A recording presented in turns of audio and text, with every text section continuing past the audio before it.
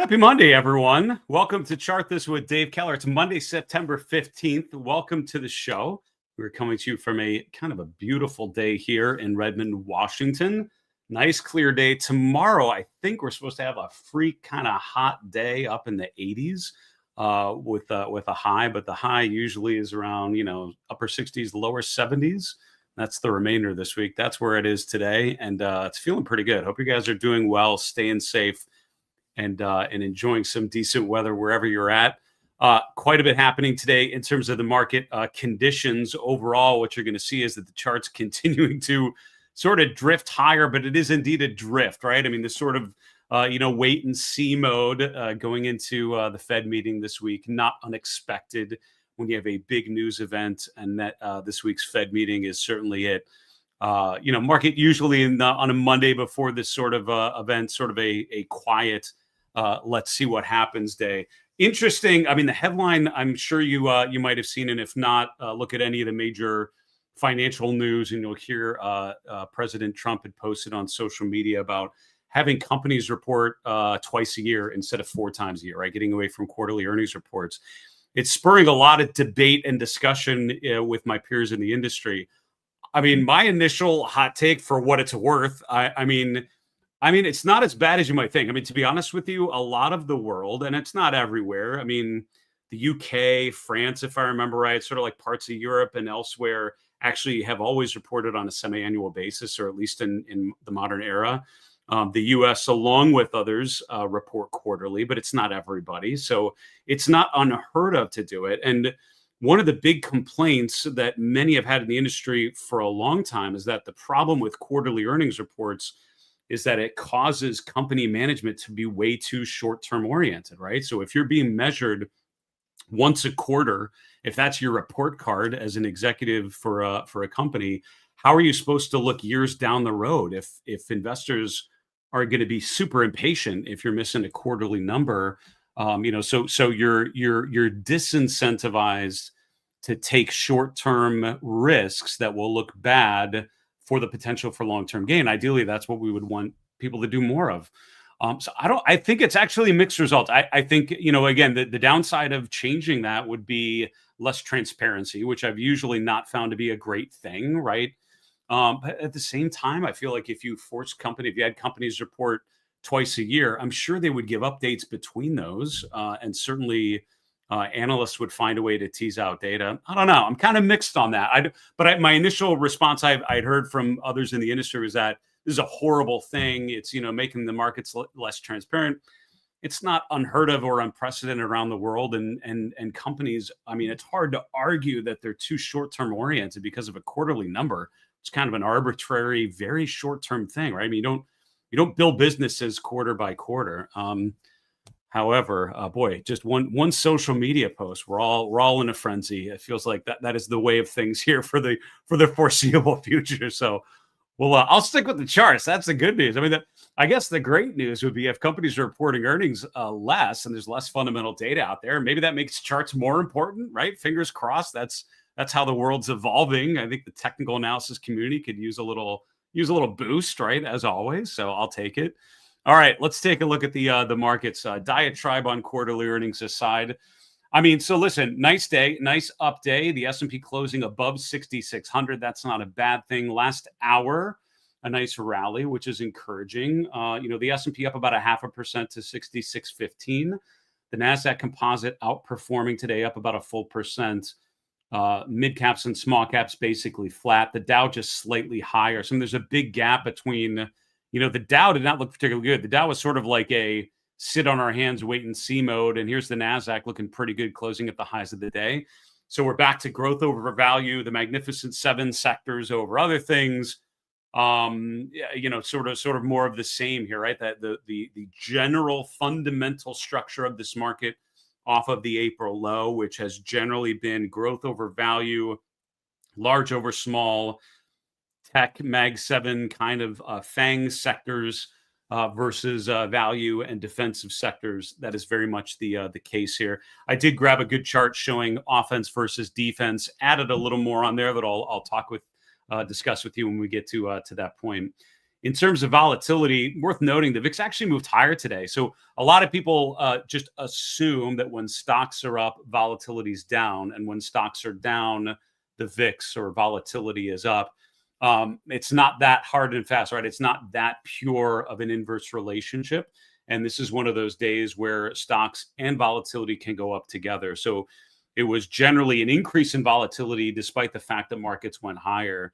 And what does that mean? I mean, it's still not at an excessive level, right? The VIX is still below 16, which by anyone's definition is got to be low volatility, if not extremely low volatility. So warning signs are not there, as we've mentioned here many times on in recent weeks and indeed in recent months.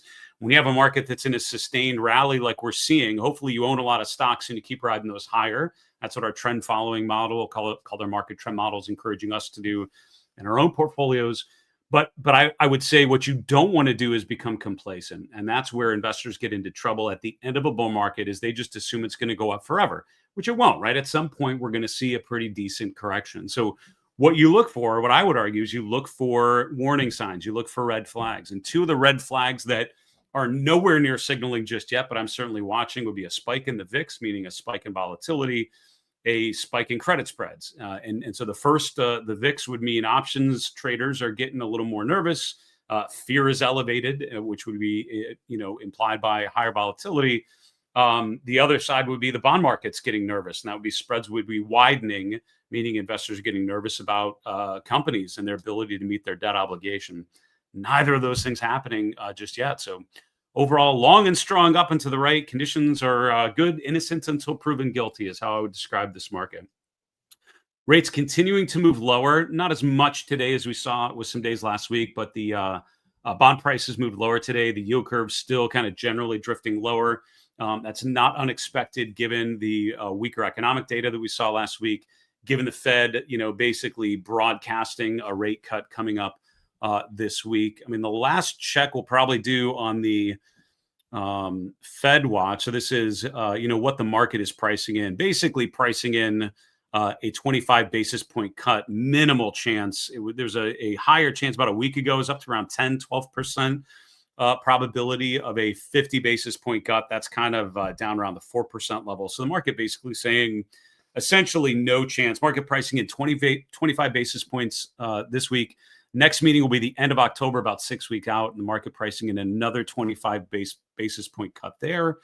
And then December, and the market pricing in a third 25 basis point cut at mid-December. So one in September, one in October, one in December. At least that's what the market is pricing in now.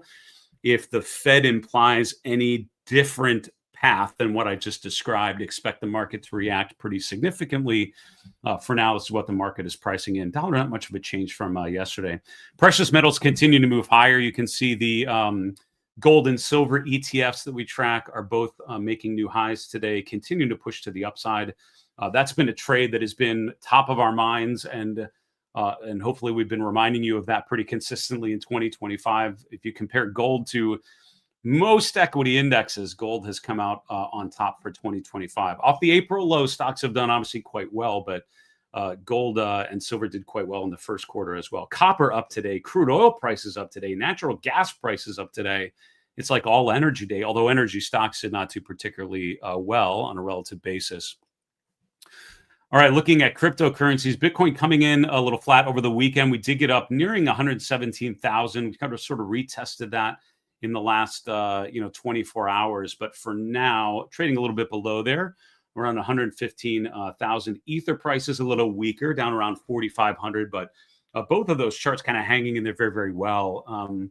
I've been talking with about a number of different things. I was on IBD Live on Friday. I don't know how many of you follow that, but boy, a lot of fun.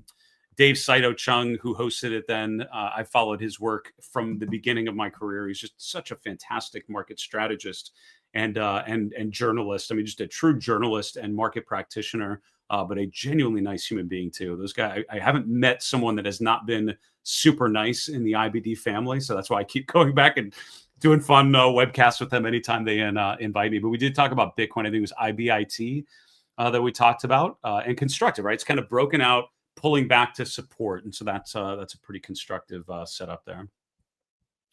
All right, looking at the sectors, sector breadth kind of mixed today. You're going to see the regular breadth indicators kind of mixed as well.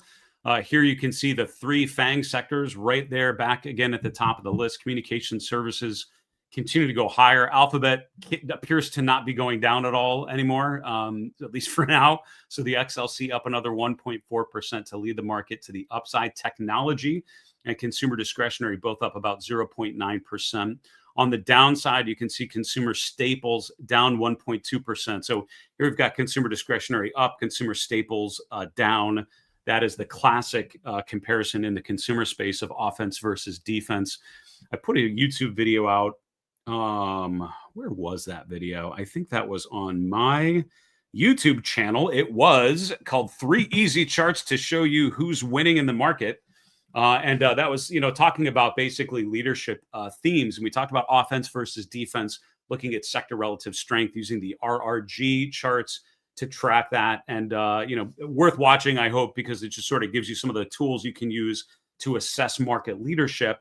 And then we apply them to the current market. And what it's been showing is growth over value continues to be the story. So that posted that last week. And here we are today, back in that same picture: offense over defense, growth over value, more of the same here. So, I think it's important to continue to watch those charts to see how that theme continues, because at some point it won't.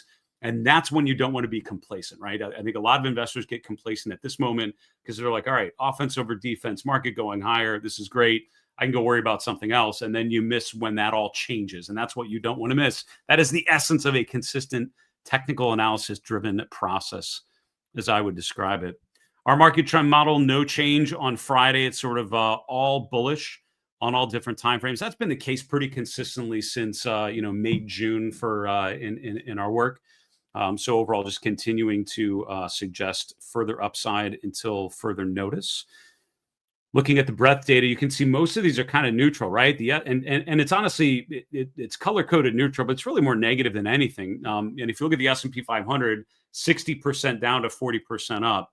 The reason why the New York Composite Index, not as bad, right? So it's 53% up, 45% lower. So depending on what area of the market you're looking at, the data is a little bit different, but generally not a great day breadth-wise, and certainly not sort of confirming the new highs that we're observing here today. All right, looking at the Magnificent Seven stocks, as I mentioned, Alphabet kind of the thing, up 4.5% today. Tesla up. I think Elon Musk announced like a $1 billion buyback or something absolutely insane. Buybacks are one of those things that the less you know about them, the happier you're going to be, because when you wonder why and how risk assets are moving up to the degree that they are in this sort of environment, it comes down to like 3 general things. And this should probably be a webcast I do at some point. But thing number 1 would be euphoria, right? Sort of the AI, crypto, new America, new economy. This is the new reality, and it's always going to go up. That way of thinking is very bubble-like, very tech, late 90s kind of vibe that we're seeing today. So that's one of them.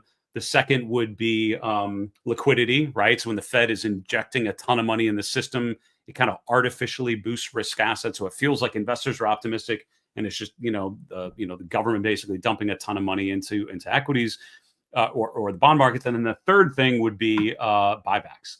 And when you think about some of these companies like Apple that have had incredible runs at times, and you look at how much the company has been buying back their own shares, they're kind of artificially pushing the price higher. And you wonder what these stocks would look like without the company buying back those shares. And so again, that's like the cynical view of what we're seeing in 2025 is you've got this sort of, trifecta of liquidity, of buybacks restarting, and euphoria by any measure I can come up with. Having said that, market's still going up, so I'm going to want to continue to follow those things higher. Amazon up 1.4% as well. The only name in this bucket of mega cap growth stocks not going up today, NVIDIA. And what's interesting is if you look at the semiconductor space, kind of diverging right now, right? I mean, you have AMD and NVIDIA, kind of the two of the big semiconductor names, kind of trending lower over the last 6 weeks. You've got like LRCX, Lam Research, Micron, MU, both making new highs. So it's the semiconductor groups are not just all moving together. The stocks are not all moving together. It's a little more diverging at the moment, or dispersion, I guess, high dispersion. So worth noting. There's some nuance there for sure. All right, that was kind of a rambling Monday. I'm not really don't have my legs under me on the show until probably Wednesday or Thursday. So you get rambling Dave on a Monday. Having said that, thanks so much for tuning in. Those of you who are doing so live on Facebook, LinkedIn, YouTube, and X, we're planning to broadcast a live stream every weekday after the close this week, especially through the Fed meeting. Some of the market conditions leading into Wednesday's Fed announcements. We'll certainly be here with reaction and updates on how the market evolves. And then looking forward, kind of post-Fed, there's always sort of this big, bit of a letdown after you had that big injection of some sort of environment, something into the system. And then it's what happens next. And we'll certainly be tracking all of those along with you. So please keep tuning in if you wouldn't mind. All right, looking at the market carpet, we can see a lot of green in some sectors and not a lot of green in others, right? This really was sort of a mixed day when you look at breadth. And as we saw in the breadth indicators, right, the S&P 500 breadth was not particularly good, 60% down, 40% up. And that's certainly what this heat map looks like.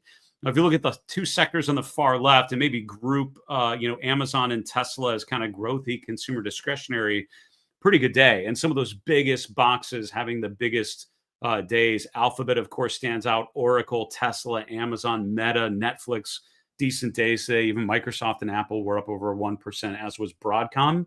So some of those, leading growth names doing quite well. So NVIDIA, kind of unusual that it wasn't up as most of those Mag 7 names certainly were. But if you kind of block those out and then look at the rest of the heat map, not great. Financials, which has been an area of emerging strength. JP Morgan made another new all-time high today. So some of the charts in that sector are remarkably strong. We highlighted last week Blackstone with the bull flag pattern continuing to push higher today.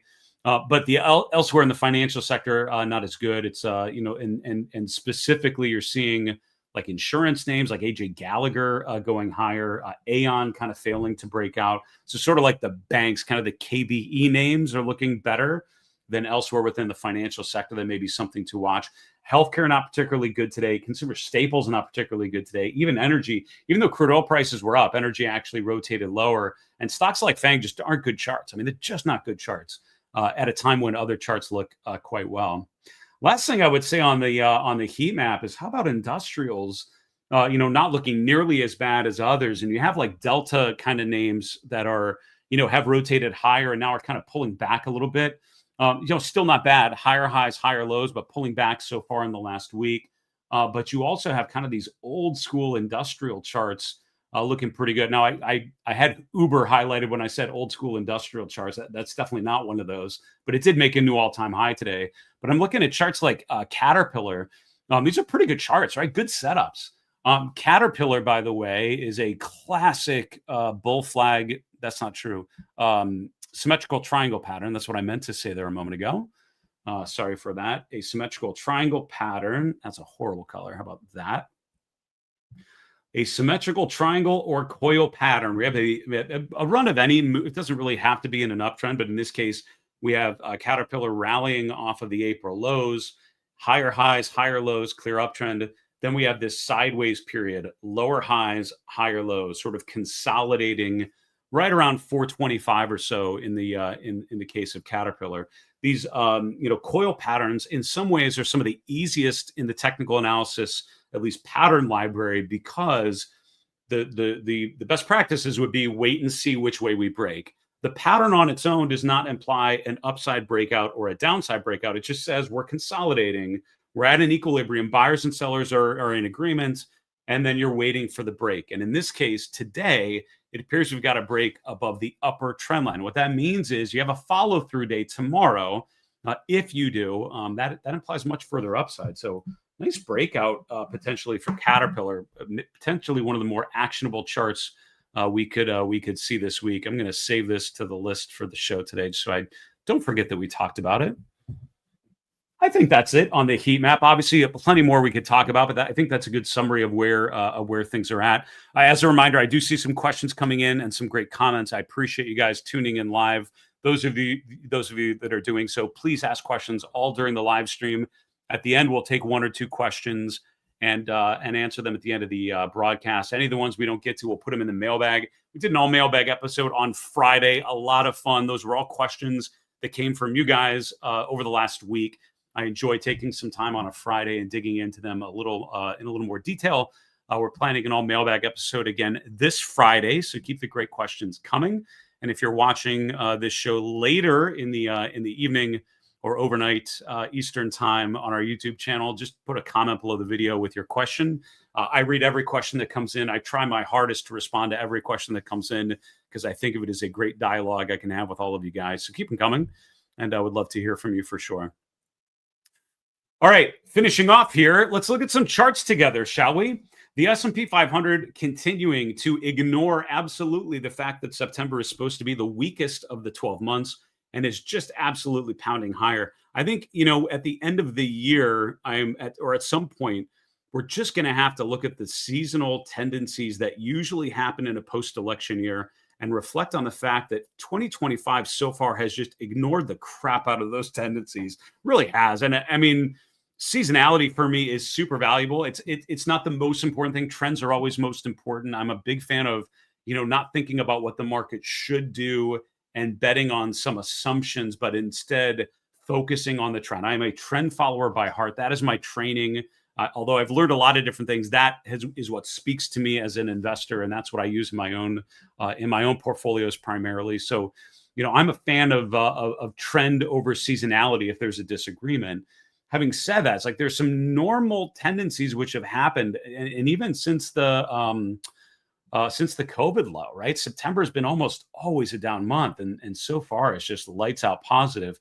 But it is a great reminder, right? When I've talked with Jeff Hirsch about issues like this and about years like this, he will tell you, look, seasonality gives you kind of the base case. It tells you, unless there's some other influence on the markets, here's what's probably going to happen. So I would guess, and I haven't interviewed Jeff in a while, I should probably have him on my podcast to have this conversation in front of all of you. But my guess is that someone like Jeff would say, yeah, I mean, so this means seasonality would tell you September is probably going to be weaker than normal, but we have all these reasons why the market should be going higher, right? We're just on the precipice of another run of Fed rate cuts, most likely through the remainder of this year. The market's pricing that in. So that's not baked into the seasonal tendencies. That's kind of a unique situation we're facing right now.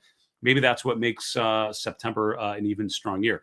The market has gone down in the fourth quarter. It's happened, not often, but it has happened. And at some point, I'll show you some previous relationships. So the S&P moving higher. We did not finish the day in the overbought condition. We were very close to doing so.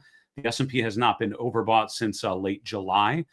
Something to look for, because that often would suggest, at least in the short term, maybe we're a little too far away on the upswing and probably have a bit of a pullback in the short term.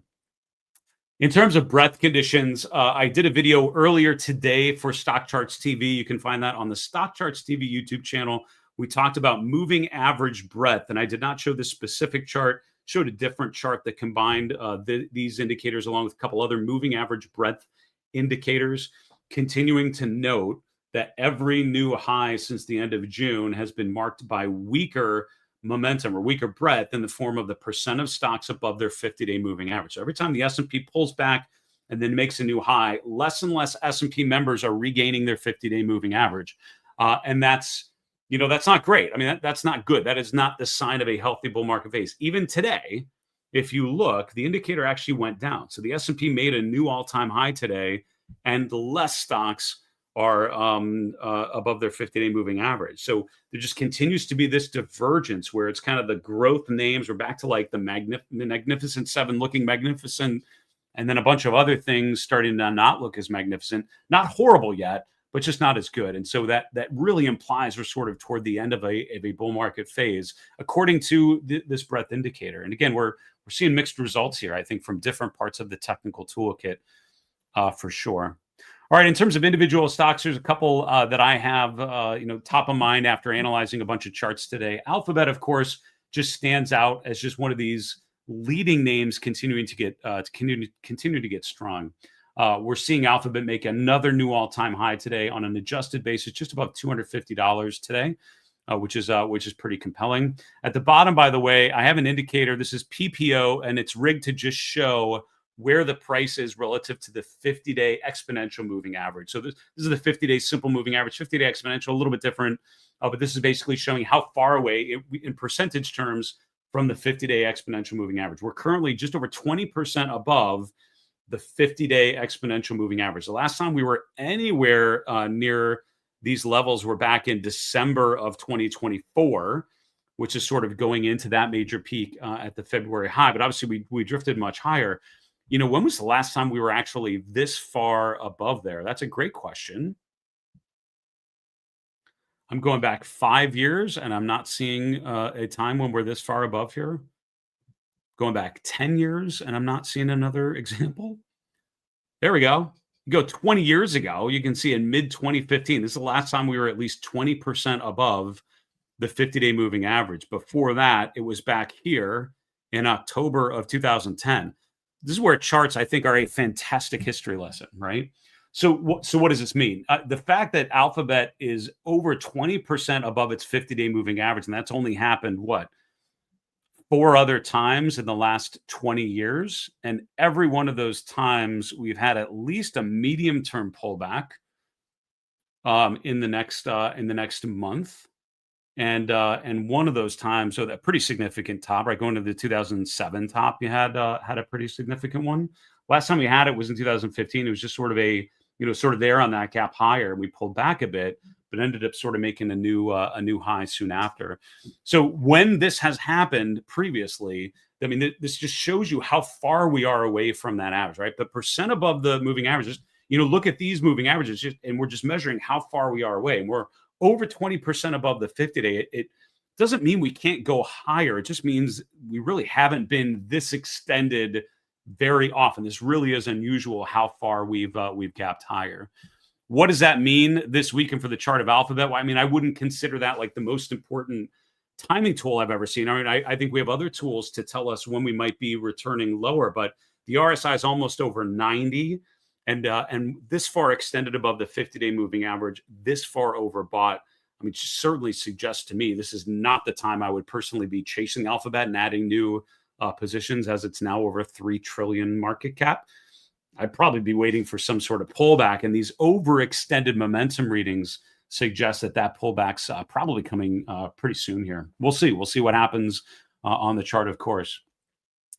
Offense over defense. I mentioned a video I did last week on my YouTube channel. I would encourage you to check that out. The top panel is the offense over defense, consumer discretionary over consumer staples. That's using the cap-weighted ETFs that you're familiar with.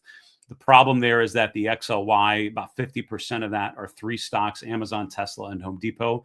So we can do equal weighted versions of that ratio. That's also making a new all-time high this week. So offense over defense, so clearly favoring offense. We're not seeing any rotation to defensive sectors. Now, what you have to remember is when these ratios are going up, that could mean consumer discretionary and consumer staples are both outperforming, but just consumer discretionary is going up a lot more. It could also mean they're both underperforming, but just consumer discretionary is underperforming a lot less, right? It's looking at the relative movement of those two sectors versus another. So we can break them apart separately and say, how are consumer discretionary doing versus the S&P? How's consumer staples doing versus the S&P? In green, we're showing the relative performance of the consumer discretionary sector. In red, we're showing the relative performance of the consumer staples sector. Now, consumer staples have been underperforming almost completely, 100% the case since mid-April. So we actually, April 7th was the market low. A couple weeks later, that ratio starts going down, and this week making another 52-week low. So consumer staples have absolutely been a disaster on a relative basis since mid-April, right? Hands down, and that's the red line trending lower. Now, consumer discretionary has not been a particularly strong sector on a relative basis. It's worth noting from mid-May to early August, this green line has actually been sloping downwards, which tells you that the XLY and XLP were both underperforming the S&P during that period, right? See how both of those are trending down. Now, from the end of July to now mid-September, that's changing once again.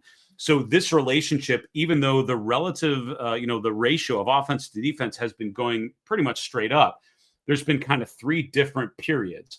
First was mid-August to kind of mid-May, where staples are underperforming and consumer discretionary is outperforming.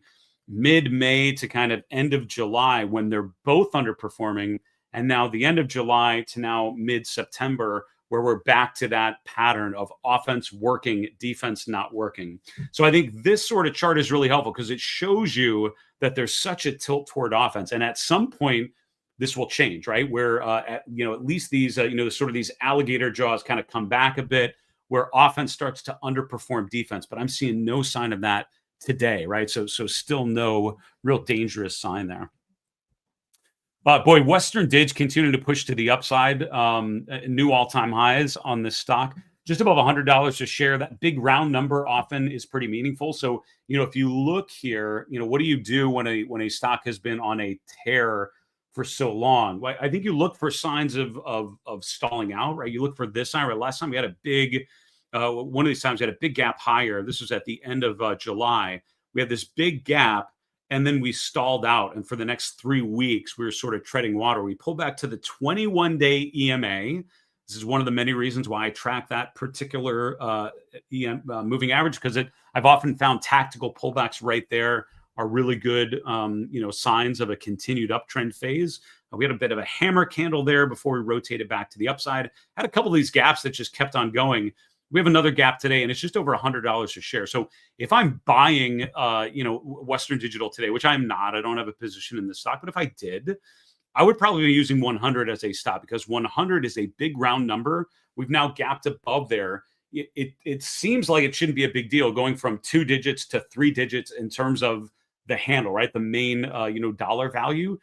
But if you look back at market history, so often these numbers, these big round numbers end up being pivot points, meaning important levels of support or resistance. So I think holding that 100 handle, and now that we've broken out, is pretty important there. I think something below there at least would tell me, all right, that's at least sort of a pullback, tactical pullback of some sort.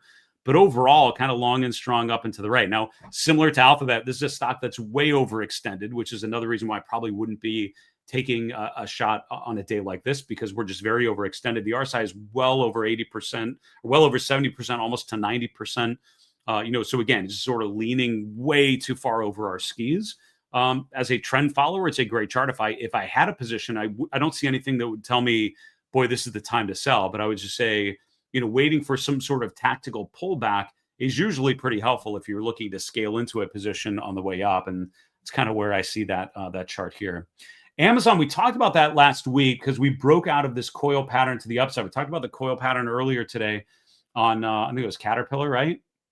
So very similar, right? The chart of Caterpillar doing this, very similar to what Amazon did about a week and a half ago. We went higher for a couple sessions, but then came right back into that range. So I think this is a good chart if and only if we can kind of get back above there. We bounced off the 50-day moving average on Friday, holding it so far today. So I think this sort of, coil pattern now back into question as we're in that range. You want to see a higher low formed here and a resumption to the upside. So keep an eye on that one. Boeing, a local Seattle area company, of course, breaking to a new low today, or new swing low, that is, breaking below the 50-day moving average on Thursday, continuing lower, and actually broke below there on Wednesday, then continued to sell off on Thursday, on Friday, and today drifting a little bit lower as well. So this is the kind of chart I'm pretty happy, just holding off on and waiting for some sort of resumption of the uptrend. On this particular type of setup, I often look for a break back above the 50-day moving average as a sign that this pullback phase is probably exhausted. But for now, I see the stock obviously trending lower. We'll see if we can hold the late July low. The real problem with the chart like this, though, is it's breaking down when so many other charts, as we've highlighted, just some of the ones today, are breaking out, right? So when you buy something that's breaking down, you're also choosing not to buy something else that's looking a lot better today. And I'm a big fan of finding good charts. That's what I remind you at the end of every episode of this show. That holds here today. All right, those are the charts that I wanted to share. Let's see what else we can look. Let's see what we can look at. Right angle triangle. I love your handle so much. And I remember taking a question from you before and making that same comment. Love it. Thanks for watching and thanks for asking your question. What do I think of Rocket Lab, which is in the aerospace group? I'm looking for an exit signal as it fluctuates a lot. Using the 21-day EMA may be too late. Thanks. Thanks for watching, my friend, and thanks for asking the question. So, I mean, listen, I hear what you're saying, and I think what you're implying is, look, what do I do? Because what should I use? Because the 21-day EMA seems like it's a long ways away, and I hear you. However, if there's one thing I've learned, it's not to be tweaking. It's not like when things get really exciting, I change to a lower moving average. Some people will probably tell you that's a good strategy. I am a fan of not over, kind of curve fitting and saying, all right, this chart looks different. I want to kind of completely change the moving average settings. I think the 21-day EMA is a really good one. And all that means is you just have to remember that when a stock really accelerates, you get farther and farther away. And you saw that back here, right? And this is probably what you're concerned about, right? This right now looks very similar to what we saw there. And so what I would say is that, would I use a different 21-day EMA? I probably would not. Would I maybe bump up my stop? If I'm concerned about that, then add another stop short, like at a higher level as an initial stop, right? And remember, don't think of I either own 100% of this position or I own 0%, right? Don't think, all right, the market's accelerating, so I need to do something else so I can get out early because I don't want to. I want to make sure I lock in all my gains. What you want to think instead is, all right, I'm still going to use the 21-day EMA or whatever that stop is that I normally use. I don't want to change that. But because we've accelerated so much, maybe I'm going to take half of the position off or take a partial position off at a higher stop, keep the 21-day as my main stop. And so I'm adding a little bit more. Does that make sense? So, again, I wouldn't think of changing your strategy. The 21-day EMA generally has been a pretty good approach. That means in noisy markets, you're going to have wider stops. And that's just the nature of volatility.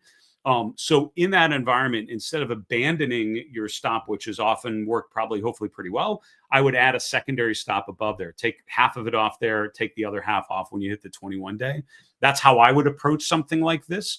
Add another stop in the middle, take part of it off then, and wait for the other half when you hit the main stop. Last question, then we'll call it an afternoon here on a Monday. 3P Investor, thank you as always for watching. And you said, I thought standard deviations are more important. When there's a 2 standard deviation move above a 50-day, one calls that one. I'm not sure. What would say the stock has gone parabolic? Oh, I see what you're saying. Yeah. So using standard deviations with a moving average, that's a different approach. Bollinger Bands basically employ that approach, right? You have a simple moving average in the middle. You have 2 standard deviations above and below that moving average. And John Bollinger, really, popularized that idea. There were others that had made bands, but John's unique contribution, from my understanding of talking with a lot of people and talking with John quite a bit, is that, using volatility bands, right, and basing that on standard deviations was sort of a unique approach to that. So that's another way, right, to think about, all right, how far are we from a moving average? Use Bollinger Bands and tweak the settings of the moving average and the percent, the standard deviations that you use to understand and put the current move into proper context. I do like that approach. That's actually great feedback because what that does is it kind of combines the best of both worlds, right? It looks at how far we are from a moving average, but does it in a way that respects kind of the normal volatility that we're seeing, because really noisy names will move far away from their moving averages a little more often. And so as a result, the bands are kind of naturally going to be a little bit wider. That's great feedback. That's a great suggestion. I think that's a great approach. So on Alphabet, using Bollinger Bands and looking at that chart to gauge how far we are from the moving average, I don't have a problem with that. I think that's actually a pretty decent call. That'll do it for today. Kind of a nice, slow and steady update on weaker breadth today on Monday. We're going to keep watching these markets closely. Not a lot of earnings this week, but obviously a potential bombshell of a Fed meeting. No real surprises expected in terms of the Fed's change to the basis points or change to the target rate. However, many, if not all, investors will be hanging on to any suggestion about that glide path of future rate cuts. So we'll be here with you reviewing the charts, reflecting on what we hear, and talking about a good mindful approach to analyzing these markets. In the meantime, have a great evening here on Monday, September 15th. And remember, it's always a good time to own good charts. Take care, folks.